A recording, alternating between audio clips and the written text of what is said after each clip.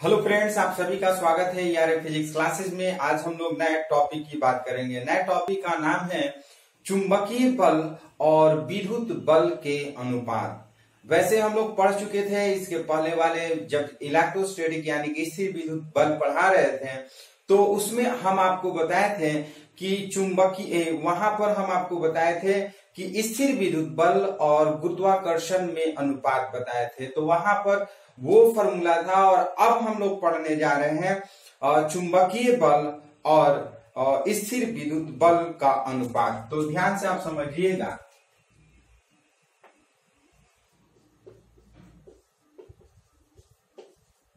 चुंबकीय बल तथा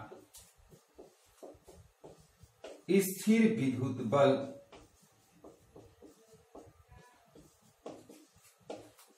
का अनुपात, इसको हम लिख सकते हैं ratio of magnetic force and electrostatic force या इलेक्ट्रोस्टैटिक फोर्स। ये हमारा टॉपिक हो गया। अब दोनों के बारे में हम लोग डिटेल पढ़ चुके हैं कि स्थिर विद्युत बल क्या है और चुंबकीय बल क्या है। अब दोनों को एक एक करके लिखेंगे और दोनों को हम क्या करते हैं, अनुपात में कर देते हैं, तो हमें इसका वैल्यू मिल जाएगा कि कितना होता है। तो सबसे पहले हम बात करते हैं निर्वात में स्मॉल r दूरी पर रखे दो आवेश Q1 तथा Q2 के बीच लगने वाला स्थिर विद्युत बल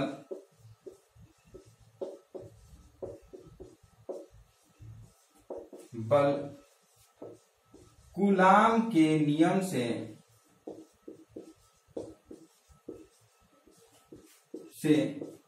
दिया जाता है।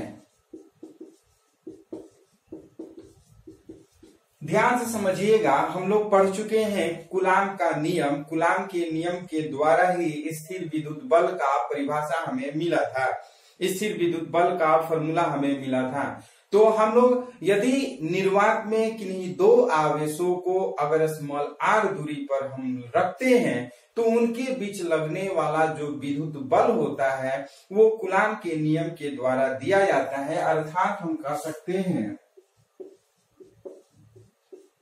अर्थात Fe is equal to 1/4πε0 into Q1 Q2 by small r square. इसको इक्वेशन 1 कर लेते हैं। Fe का मतलब होता है इलेक्ट्रोस्टैटिक फोर्स मीन्स स्थिर विद्युत बल is equal to 1/4πε0 into Q1 Q2 by small r square. अब हम लोग ये इक्वेशन 1 कर लिए।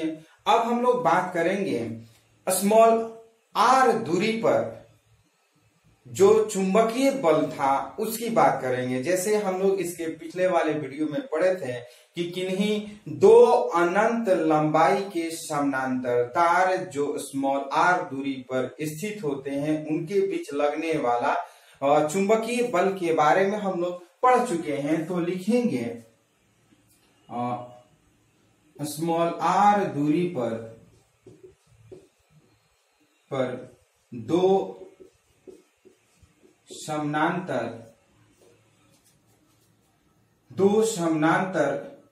चालक तारों के बीच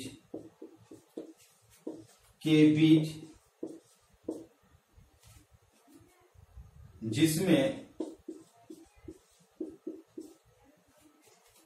I1 dl1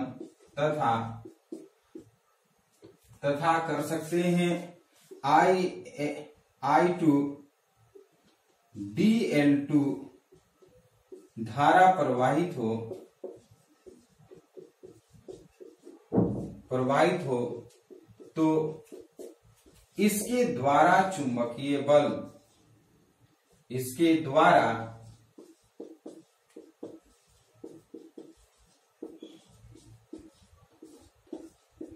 ध्यान से समझिएगा, स्मॉल r दूरी पर दो समानांतर चालक तारों के बीच जिसमें IDL1 तथा IDL2 धारा प्रवाहित हो तो इसके द्वारा चुंबकीय बल। यहाँ I1DL1 का मतलब हुआ कि पहले चालक तार जिसकी लंबाई DL1 है उसमें विद्युत धारा I1 है, दूसरे चालक तार जो है DL2 है और उसमें विद्युत धारा I2 है। दोनों एक दूसरे के समानांतर स्मॉल r दूरी पर रखे हैं तो दोनों के बीच जो चुंबकीय बल होगा वो Fm इज इक्वल टू, हम लिख सकते हैं ये mu not by 4 pi into I1 I2 by small r square और इंटू DL1 DL2 कर लेते हैं। ध्यान से समझिएगा, Fm का मतलब होता है चुंबकीय बल, magnetic force is equal to mu not by 4 pi into I1 I2 by r square पढ़ चुके थे, लेकिन यहाँ DL1 DL2 है। इसके पिछले वाले वीडियो में पढ़े थे कि जो चुंबकीय बल होता है वो एकांक लंबाई पर चुंबकीय बल होता है, लेकिन हम यहाँ पर ये लंबाई दिए हुए हैं DL1 और DL2, तो इस तरह से हमारा चुंबकीय बल mu not by 4 pi into I1 I2 by r square DL1 DL2 कर लेते हैं। चूंकि हम लिख सकते हैं I1 DL1 को हम लिख सकते हैं Q1 by T into DL1।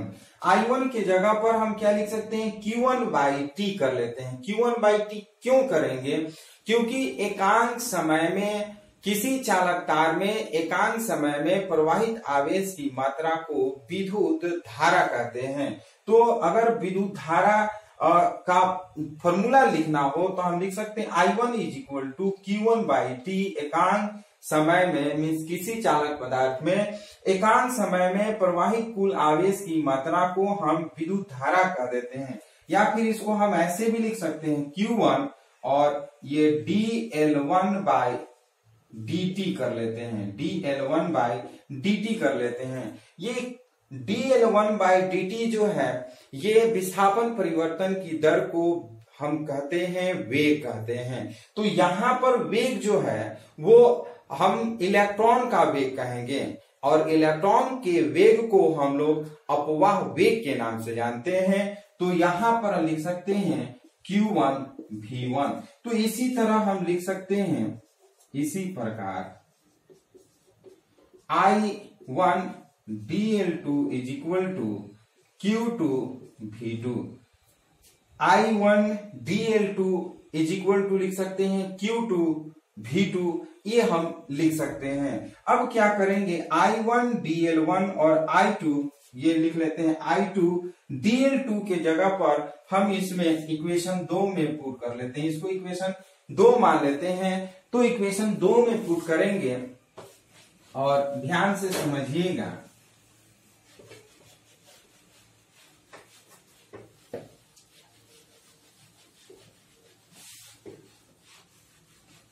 समीकरण 2 से करते हैं।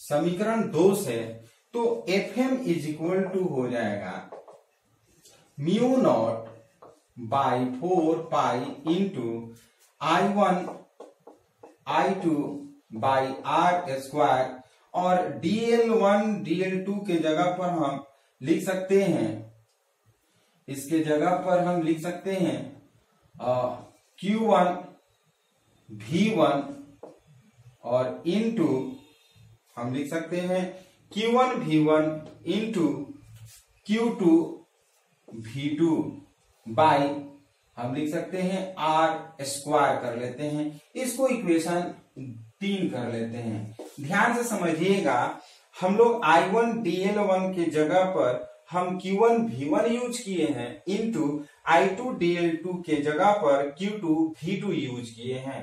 अब हमें अनुपात ज्ञात करना है, तो करना क्या होता है, चुंबकीय बल और विद्युत बल में अनुपात ज्ञात करना है। तो हम करेंगे क्या, समीकरण 1 में समीकरण 3 से भाग देने पर तो हम समीकरण 1 जो था Fe is equal to Fe by Fm कर लेते हैं। चूंकि लेफ्ट हैंड को लेफ्ट हैंड भाग देते हैं और राइट हैंड को राइट हैंड भाग देते हैं, तो हम लिखेंगे Fe by Fm is equal to, इसको लिखेंगे 1/4 pi epsilon not into Q1 Q2 by R square, और बाई ये लिखेंगे mu not by 4 pi Q1 V1 into Q2 V2 by R square. ये R स्क्वायर कट जाएगा, ये Q1 कटेगा, ये Q2 कटेगा, ये 4 पाई कट जाएगा। तो हमें बचेगा क्या, जो बचेगा उसको हम लोग लिख लेते हैं,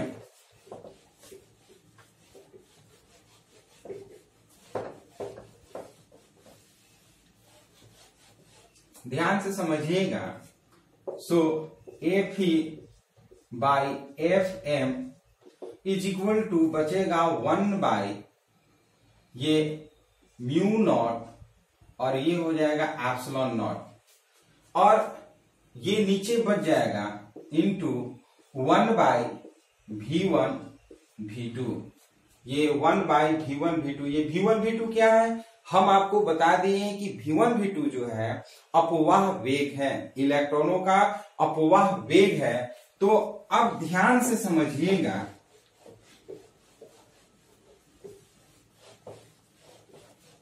चूंकि हम लोग पढ़े हैं C is equal to 1 by under root epsilon mu not और एप्सिलॉन नॉट, ये हम लोग पढ़ चुके हैं। एक वीडियो में हम आप लोग को बताए थे कि एब्सोल्यूट परमिएबिलिटी और एब्सोल्यूट परमिटिविटी में रिलेशन, दोनों में संबंध हम स्थापित किए थे। तो आया था C is equal to 1 by under root mu not और एप्सिलॉन नॉट। इसको हम ऐसे भी लिख सकते हैं, C स्क्वायर, दोनों तरफ स्क्वायर करेंगे तो 1 बाई म्यू नॉट और एप्सिलॉन नॉट हो जाएगा, जहां C जो है प्रकाश का वेग है, जहां C प्रकाश का वेग is equal to 3 into 10 to power 8 metre पर सेकेंड। जो प्रकाश का वेग होता है वो 3 इंटू 10 टू पावर 8 मीटर पर सेकेंड होता है, ये C है, तो हम इसको लिख सकते हैं। अतः Fe by Fm is equal to, इसके जगह हम लिख सकते हैं C square by V1 V2, जहां लिख सकते हैं V1 तथा V2 अपवाह वेग है,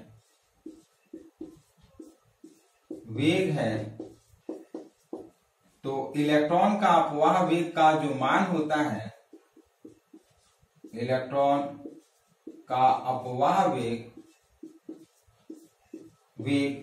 is equal to 5 into 10 to power, ये 10 टू पावर 5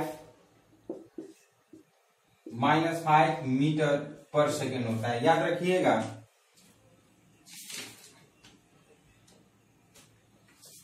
इलेक्ट्रॉन का अपवाह वेग जो है 10 टू पावर माइनस 5 मीटर पर सेकेंड होता है।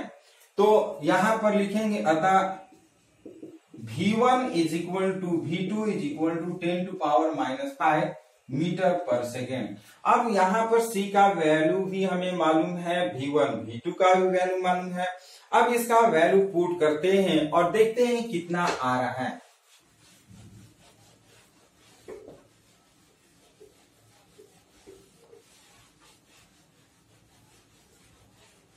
हम लिखेंगे क्या, Fe by Fm is equal to, हम C के जगह पर 3 इंटू 10 टू पावर 8 का होल स्क्वायर करते हैं, और V1 V2 के जगह पर हम लिख सकते हैं 10 to power -5 into 10 to power -5। इसको कैलकुलेशन करेंगे 9 इंटू 10 टू पावर, ये हो जाएगा 8 दूना 16, और ये आपका 10 का पावर -10 हो जाएगा। ध्यान से समझिएगा, ये 3 गुणे 10 का पावर 8, तो 3 का स्क्वायर करेंगे 9, और 10 का पावर 8 का स्क्वायर करेंगे तो 10 का पावर 16 हो जाएगा। और 10 का पावर 5 गुणे 10 का पावर 5 है, चूंकि बेस बराबर होता है तो पावर को हमेशा जोड़ते हैं, तो हम जोड़ लिए -5 और -5 -10 हो जाएगा। और ये 9 इंटू, अगर ये ऊपर जाएगा तो 10 का पावर -26, 10 ये माइनस ऊपर जाता है तो प्लस में हो जाएगा, और ये 16 ये माइनस ये +26 हो जाएगा। और यदि ये +26 हो गया तो ध्यान से आप समझिएगा, इसको हम लोग कर क्या सकते हैं कि अगर इसको 10 मान लेते हैं तो लगभग हमारा 10 का पावर 27, इसको लगभग हम कह सकते हैं Fe बाई Fm, ये वैल्यू हो जाएगा। इससे कंपैरिजन कर रहे हैं कि जो इलेक्ट्रोस्टैटिक फोर्स होता है, इस सिर्फ विद्युत बल, ये चुंबकीय बल से 10 का पावर 27 गुना अधिक होता है। अतः हम लिख सकते हैं, यहां पर एक लाइन आप लोग लिख लीजिएगा, अतः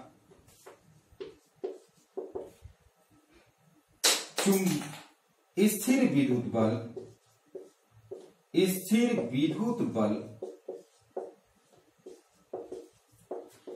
चुंबकीय बल से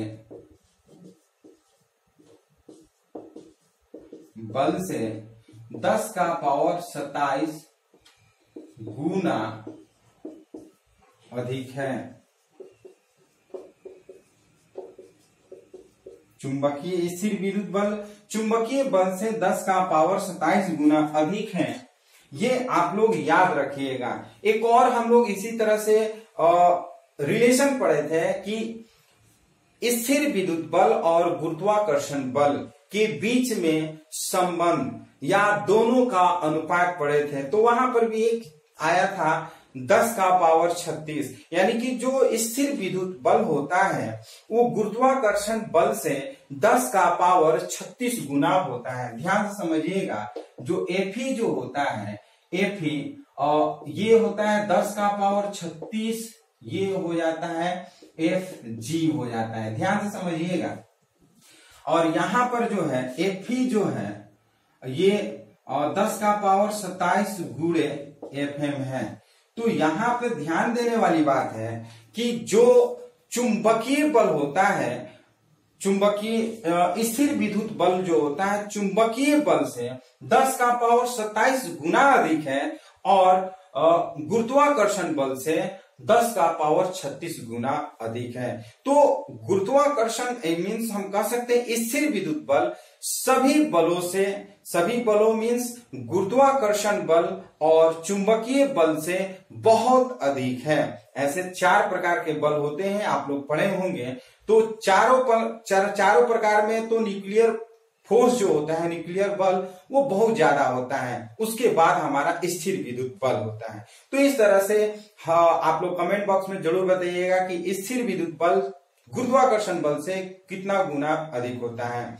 तो फिर हम लोग नए वीडियो में मिलते हैं। तो ये वीडियो आपको यदि अच्छा लगा तो कमेंट, लाइक, शेयर जरूर करिए, और यदि आप इस चैनल के लिए नए व्यूअर हैं तो इस चैनल को जरूर सब्सक्राइब करिए। तो फिर हम लोग नए वीडियो में नए टॉपिक के साथ मिलते हैं, तब तक के लिए धन्यवाद।